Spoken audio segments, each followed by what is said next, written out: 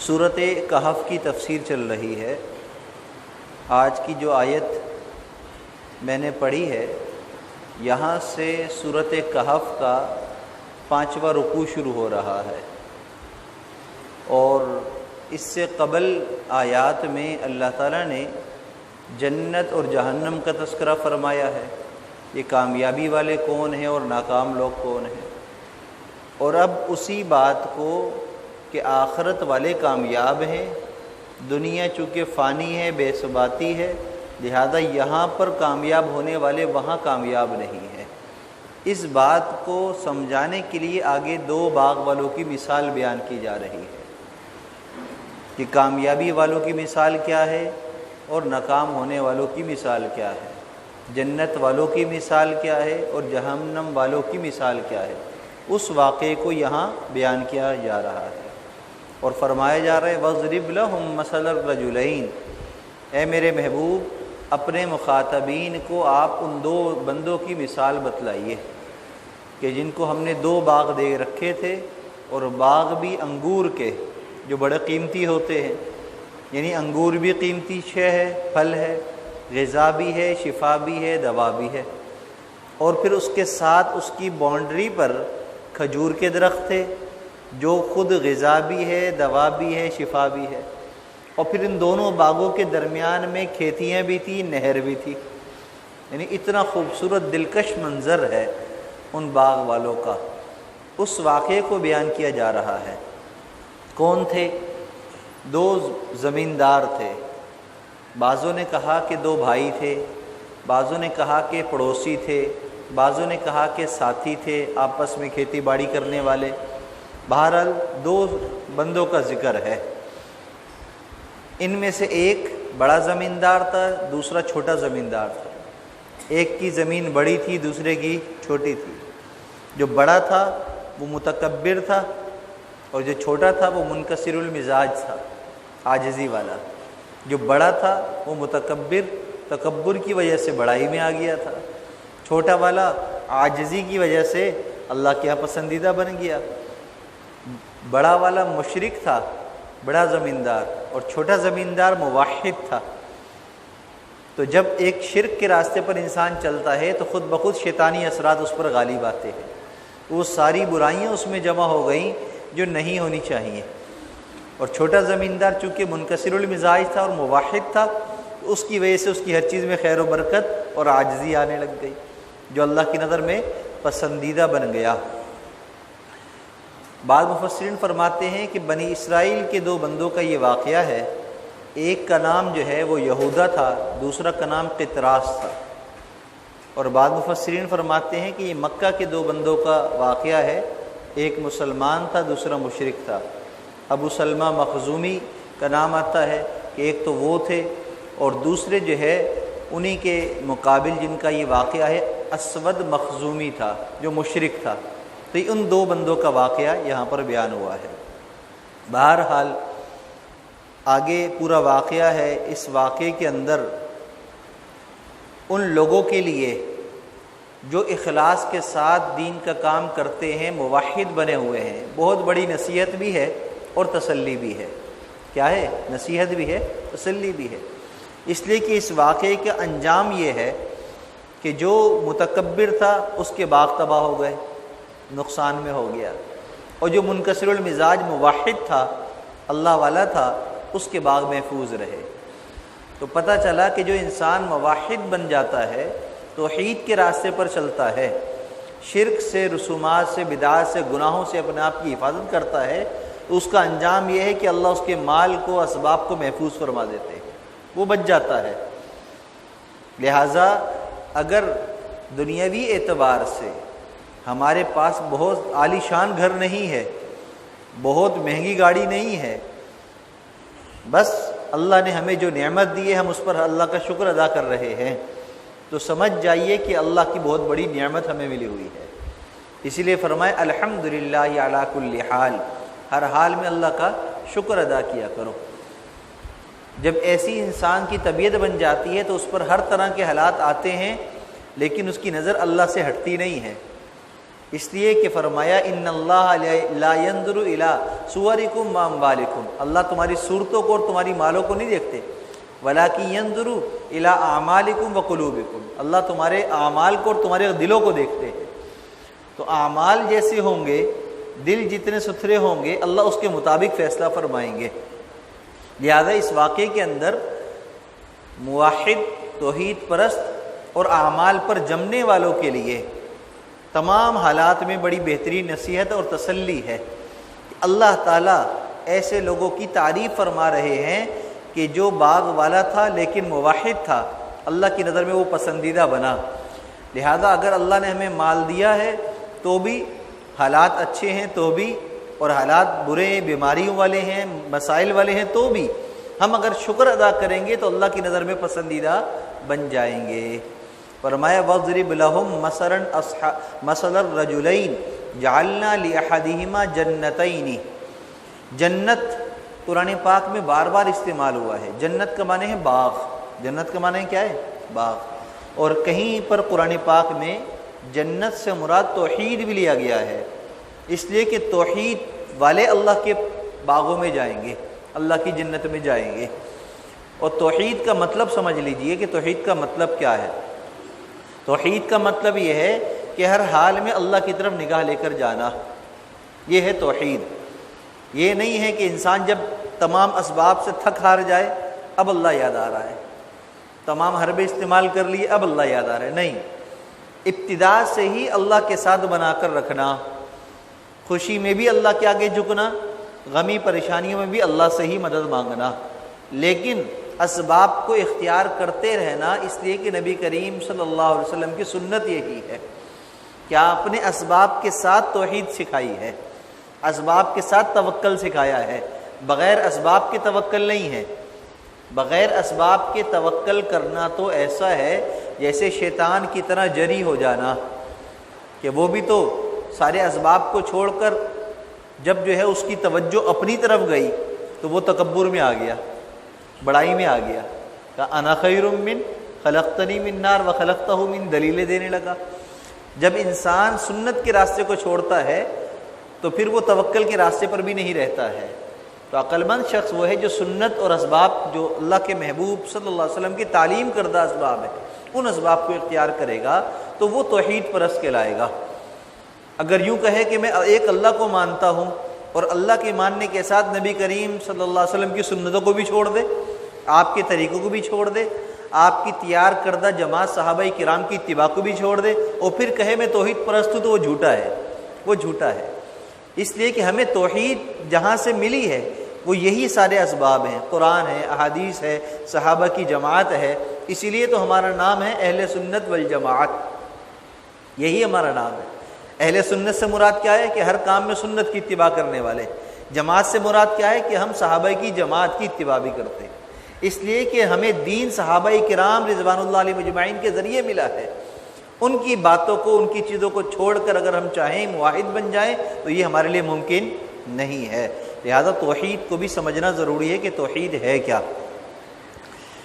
فرمایا کہ جنتین من اعناب، انگور کے دو باغ، حالانکہ انگور کے دو باغ نہیں تھے، باغ ایک ہی ہے، باغ ایک ہی ہے، ایک کا مالک ایک بندہ ہے، دوسرے باغ کا مالک دوسرا بندہ ہے، لیکن یہاں فرمایا ہر ایک کو دو باغ دیے۔ کیا مطلب ہے؟ مفسرین نے بڑی عجیب تشریح فرمائی۔ فرمایا کہ ایک ہے باغ، اس باغ کے اندر سیرابی کی جاتی ہے مختلف پانیوں سے۔ سب سے بہترین باغ اور کھیت وہ شمار ہوتے ہیں جہاں نہر جا رہی ہو، اس لیے کہ بارش اگر نہ بھی ہو تو نہر کی وجہ سے وہ زمین سرسبز رہتی ہے، سیراب ہوتی رہتی ہے، اس کو کوئی نقصان کا اندیشہ نہیں ہوتا۔ تو فرمایا کہ یہ باغ ایک تھا، اللہ تعالیٰ نے ان ایک باغ کے درمیان میں نہر بنوا دی، اب اس نہر سے اس باغ کو فائدہ ہو رہا ہے۔ منظر ایسا لگ رہا ہے کہ دو باغ ہیں لیکن ہے وہ پورا ایک ہی باغ، کیونکہ مالک ایک ہے، مالک ایک ہے۔ مثال کے طور پر یہاں سے ہم سندھ جاتے ہیں، پنجاب جاتے ہیں، راستے میں ہم دیکھتے ہیں بہت بڑی بڑی زمینیں ہیں۔ اگر کسی سے کہا جائے کہ بھی کس کی زمین ہے، کہتے ہیں یہاں سے لے کر وہاں تک اتنے کلومیٹر تک اتنی ایکڑ کی زمین ایک بندے کی ہے۔ اب اس بیچ میں گھر بھی آ رہے ہیں، بیچ میں فاصلے بھی آ رہے ہیں، مختلف چیزیں ہیں، لیکن وہ ساری زمین ایک کی کہلاتی ہے، لیکن بیچ میں باؤنڈریاں بھی آ رہی ہوتی ہیں، تو مختلف اس کے حصے بنے ہوتے ہیں، کہیں بیچ میں پگڈنڈیاں بنی ہیں، کہیں جو ہے وہ نالے پانی کے بنے ہیں پانی کے سیراب کرنے کے لیے مختلف۔ اسی طرح ان باغوں کے درمیان میں نہر تھی، ادھر بھی انگور کا باغ، ادھر بھی انگور کا باغ، اور نہر کے بالکل کنارے پر زمین جو تھی اس میں کھیتی لگی ہوئی تھی، یعنی بالکل ساتھ کھیتی ہے، پھر پیچھے دو باغ بنے ہوئے ہیں انگور کے، اور اس انگوروں کے باغ کے پیچھے پوری ایک لائن باؤنڈری جو ہے وہ کھجور کے درختوں کی ہے، یعنی اتنا خوبصورت دلکش منظر کہ انسان کی طبیعت دیکھ کر خوش ہو جائے کہ وہاں پر اس کو ہر کچھ مل رہا ہے، ہر کچھ نظر آ رہا ہے۔ اسی لیے اللہ تعالیٰ نے اپنی نعمت کو جتانے کے لیے کہا جنتینی، ہے تو ایک باغ لیکن ہم نے دو باغوں کی طرح عطا کیے ہیں۔ اگر دیکھا جائے تو دونوں الگ الگ نظر آتے ہیں، دونوں الگ الگ نظر آتے ہیں، اور میں دو باغ والے۔ من اعناب، اعناب عنب ان کی جمع ہے، عنب کہا جاتا ہے انگور کو۔ انگور بہت بہترین پھل ہے، کھانے میں بھی مزیدار ہے، لیکن صحت کے اعتبار سے بھی بہت فائدہ مند ہے۔ جنت کے اندر بھی جہاں پر نعمتوں کا ذکر ہے وہاں پر اللہ تعالیٰ نے خاص طور پر انگور کا ذکر فرمایا۔ انگور کے گچھے ہوں گے، حوروں کے ہاتھ میں ہوں گے، غلمان کے ہاتھ میں ہوں گے، وہ جنتیوں کو پیش کریں گے۔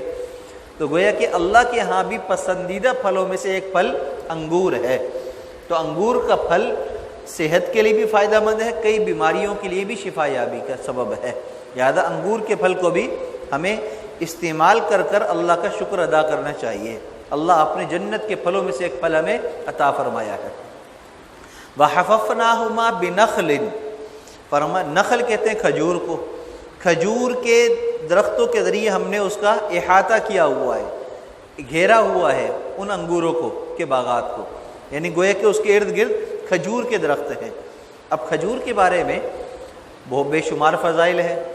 حضرت عائشہ صدیقہ رضی اللہ تعالیٰ عنہ سے روایت ہے، فرمایا کہ رسول اللہ صلی اللہ علیہ وسلم نے کہ جس گھر میں کھجور نہ ہو اس گھر کے لوگ بھوکے ہیں، اس گھر کے لوگ بھوکے ہیں۔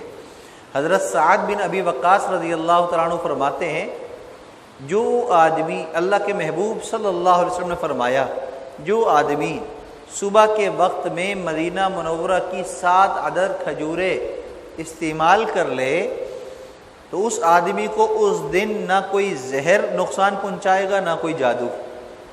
کتنا بڑا فائدہ ہے، زہر سے بھی محفوظ، جادو سے بھی محفوظ۔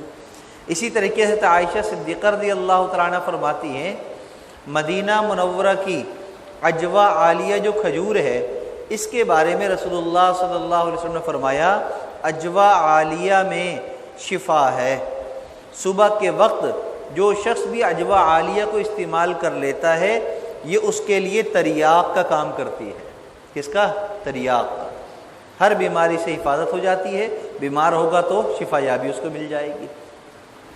اب جو ہے قابل غور ایک بات ہے، اور وہ یہ ہے، آج کل کے زمانے میں ہمارے گھروں میں کھجور تو نہیں ہے کھجوریں نہیں ہے، بہت کم، جیسے ہم یہ فضیلت سنتے تو رکھ لیتے، ورنہ عام نہیں ہے کہ ہر گھر میں کھجور رکھی ہو، ایسا نہیں ہے۔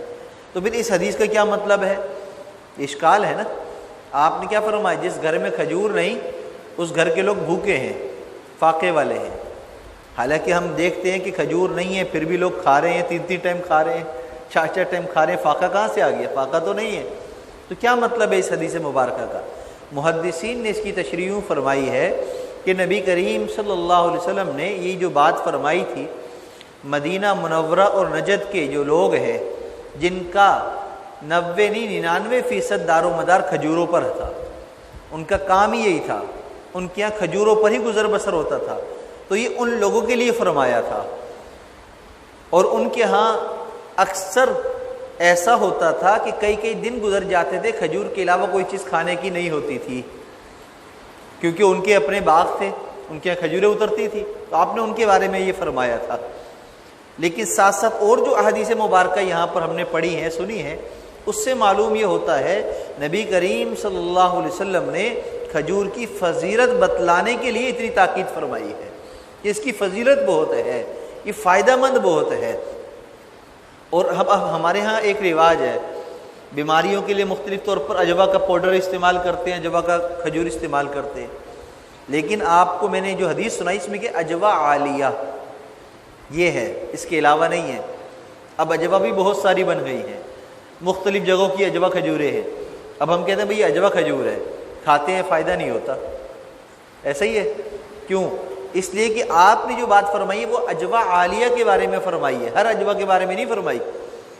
لہذا اجوا عالیہ جو کھجور ہوگی، جو عالیہ مدینہ منورہ میں ایک جگہ کا نام ہے، وہاں کی کھجوروں کو اجوا عالیہ کہا جاتا ہے، مخصوص علاقہ ہے، تو وہاں کی جو کھجوریں صرف ان کی یہ فضیلت ہے، ہر جگہ کی اجوا کی فضیلت نہیں ہے۔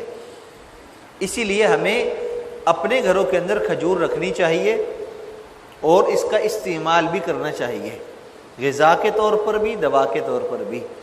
اور آپ کبھی تجربہ کر دیکھ لیں، کھانا نہ کھائیں، صرف کھجور کھا لیں، آپ کو بھوک نہیں لگے گی، بھوک نہیں لگے گی۔ اللہ نے اس میں بڑی خیر و برکت رکھی ہے اور بڑی عجیب فضیلتیں فرمائیں۔ اور ایک خاص بات جو محدثین نے اس حدیث میں بیان فرمائی وہ یہ ہے کہ آپ نے فرمایا اہل بیتن، اس گھر کے رہنے والے، اہل، اور اہل سے مراد جو ہے وہ صرف گھر والے نہیں ہوتے، بیوی بچے نہیں ہوتے، اہل سے مراد حسب نسب بھی ہوتا ہے، اہل سے مراد زمیندار بھی ہوتا ہے، اہل سے مراد اس چیز کے مالک بھی ہوتا ہے۔ تو اس حدیث مبارکہ میں جہاں اہل بیتن کہا ہے تو اہل بیت سے مراد ہے کھجور والے لوگ۔ کون لوگ؟ کھجور والے لوگ۔ اور کھجور والے ہم تو نہیں ہیں، ہمارے یہاں تو کھجوریں نہیں لگتی۔ کھجور والے وہ لوگ ہیں جہاں پر کھجوریں لگتی ہیں اور جہاں کی دار و مدار ہی کھجور پر ہے، اور وہ مدینہ کے لوگ ہیں۔ کہاں کے لوگ ہیں؟ مدینہ منورہ کے لوگ ہیں۔ اسی وجہ سے محدثین نے فرمایا کہ یہ حدیث ان خاص لوگوں کے بارے میں آپ نے فرمائی تھی، لیکن تاکید اس لیے فرما دی تاکہ سب کو اس کا فائدہ ہو، تاکہ سب کو اس کا فائدہ ہو۔ مثال کے طور پر ایک آدمی کھیتی باڑی کرتا ہے، گندم لگاتا ہے، تو اس کے گھر کے اندر جو استعمال آٹا ہوتا ہے اس کی اپنی گندم کا ہوتا ہے، وہ پورے سال کا ہوتا ہے۔ جب ایک فصل کٹتی ہے، چاول والے بھی گندم والے بھی اپنے لیے پورے سال کا الگ رکھ لیتے ہیں، باقی مارکیٹ میں بیچ دیتے ہیں، وہ اپنے لیے وہ چیز خریدتے نہیں ہیں۔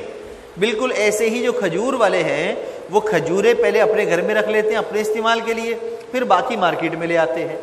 تو یہاں پر بھی یہی مراد ہے کہ جو کھجور والے ہیں اگر ان کے گھر میں کھجور ہے اور کھجور کے علاوہ اگر کوئی چیز نہیں ہے تو وہ پھر بھوکے نہیں ہیں۔ اگر کھجور والے ہی اپنی کھجوریں بیچ دیں گے تو پھر وہ بھوکے لوگ رہ جائیں گے، اس لیے کہ کھجور بیچنے کے بعد ان کے گھر میں کوئی چیز باقی نہیں رہے گی۔ لیکن برکت کے لیے ہر گھر میں ہونا ضروری ہے۔ مثال کے طور پر ہمارے ہاں چپس رکھی جاتی ہے، دال موٹ رکھ لی ہے، مختلف میوہ جات رکھ لیتے ہیں، پھل رکھ لیتے ہیں ریفریشمنٹ کے طور پر، اچانک کوئی آ جائے تو اس کے سامنے پیش کریں۔ تو اس لیے ہمیں چاہیے کہ ہم اس ریفریشمنٹ کا حصہ ایک عدد کھجور بھی بنا لیں، کھجور مستقل گھر میں ہو، کوئی آ جائے اس کے سامنے بھی پلیٹ میں ہم کھجور پیش کریں۔ اگر آپ کے گھر میں کچھ بھی نہیں ہے، صرف ایک پرچ کے اندر آپ نے چند کھجوریں مہمان کے آگے پیش کر دی اور پانی پیش کر دیا تو آپ نے سب سے بہترین ضیافت کر دی، سب سے بہترین ضیافت کر دی، اس لیے کہ اللہ کے محبوب صلی اللہ علیہ وسلم کی پسندیدہ غذا ہے کھجور۔ آپ بڑے شوق سے کھجور کھایا کرتے تھے، شہد آپ پیا کرتے تھے۔ ہمارے یہاں شہد بھی بیماری کے وقت میں یا موقعوں پر استعمال کیا جاتا ہے، عام استعمال نہیں ہے۔ سرکہ ہے، شہد ہے، کھجور ہے، ککڑی ہے، یہ تمام چیزیں نبی کریم صلی اللہ علیہ وسلم عام طور پر استعمال فرمایا کرتے تھے شوق سے۔ لوکی ہے، چن چن کر آپ کھایا کرتے تھے لوکی اپنی پلیٹ میں سے۔ اور ہمارے ہاں یہ چیزیں جو ہیں عام استعمال میں نہیں ہیں، بس روٹین میں کبھی پک گئی کبھی نہیں، ورنہ عام روٹین میں ہمیں ان چیزوں کو رکھنا چاہیے، اس کا بڑا فائدہ ہے۔ ایک بات میں کر کے بات کو ختم کرتا ہوں۔ قرآن پاک میں اللہ تعالیٰ نے فرمایا الم تر کیف ضرب اللہ مثلا کلمۃ طیبہ کشجرۃ طیبۃ اصلها ثابت وفرعها فی السماء۔ اے مخاطب، کیا تو نہیں دیکھتا کہ اللہ تعالیٰ نے کلمہ طیبہ والوں کی مثال کیا پیش کی ہے؟ کلمہ طیبہ والوں کی مثال ایک پاکیزہ درخت کے ساتھ پیش کی ہے۔ فرمایا اصلها ثابت وفرعها فی السماء، جس کی جڑ جو ہے وہ زمین میں مضبوط ہے اور جس کی جو نوک ہے، سرا ہے، وہ کہاں ہے؟ آسمان پر ہے۔ کہاں ہے؟ آسمان پر ہے اس کا تنا۔ وہ درخت کون سا ہے؟ فرمایا کہ وہ کھجور کا درخت ہے۔ کون سا؟ کھجور کا درخت ہے۔ اور اس پھل کی، کھجور کی خاصیت یہ ہے 12 مہینے کا پھل ہے۔ کس کا ہے؟ 12 مہینے کا۔ بعض لوگ یہ سمجھتے ہیں کہ یہ گرم ہوتا ہے یہ کھجور، تو بدن میں گرمی میں استعمال کریں گے تو نقصان ہوگا، ایسا نہیں ہے۔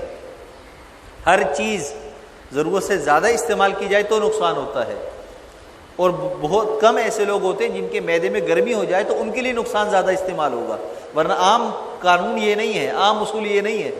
اگر آپ کو کوئی ایسی بیماری لگ گئی ہے جس کی وجہ سے معدے میں گرمی ہے، کھجور کے زیادہ استعمال سے نقصان ہے، ایک کھجور استعمال کر لیں بس، اگر زیادہ کرنی ہے 3 کر لیں بس، لیکن عام طور پر سب کے لیے استعمال کرنے میں کوئی نقصان نہیں، فائدہ ہے۔ کیا ہے؟ فائدہ ہے۔ چونکہ ہماری روٹین میں یہ چیز نہیں ہے اس لیے ہمیں اس کا نقصان ہو جاتا ہے۔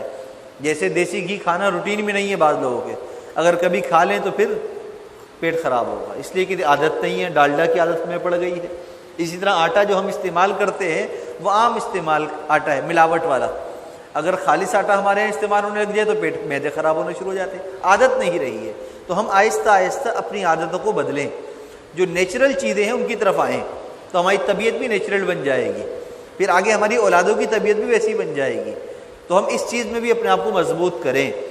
بدنی طور پر انسان مضبوط ہوگا تو ایمان کو مضبوط رکھنا آسان ہے۔ ہمارے یہاں یہ ایک بڑا مسئلہ ہے، صحت کا خیال اتنا نہیں رکھا جاتا، اپنے ایمان کو مضبوط کرنے کی طاقت استعمال کرنی جاتی ہے۔ نمازیں پڑھو، روزے رکھو، یہ کرو وہ کرو، بدن جیسا بھی ہے۔ یہ کس نے کہہ دیا آپ کو؟ شریعت میں بدن اور روح دونوں کی غذا کا جو ہے دار و مدار ہے۔ اگر آپ کا بدن کمزور ہوگا، غذا صحیح نہیں ہوگی، بدن کمزور ہوگا تو آپ کا ایمان کون سا مضبوط رہے گا؟ اس لیے کہ اللہ کے محبوب صلی اللہ علیہ وسلم نے کیا فرمایا؟ کاد الفقر کفرن، فقر، فاقہ انسان کو کفر کی طرف لے جاتا ہے، اور فاقے سے بدن کمزور ہوتا ہے، طاقتور ہوتا ہے، کمزور ہوتا ہے۔ تو کمزوری جب آتی ہے تو عبادت میں بھی کمزوری آ جاتی ہے، اور عبادت میں کمزوری آتی ہے تو ایمان بھی کم ہو جاتا ہے۔ اس لیے کہ ایمان تو تبھی طاقتور رہے گا جب اعمال ہوتے رہیں گے۔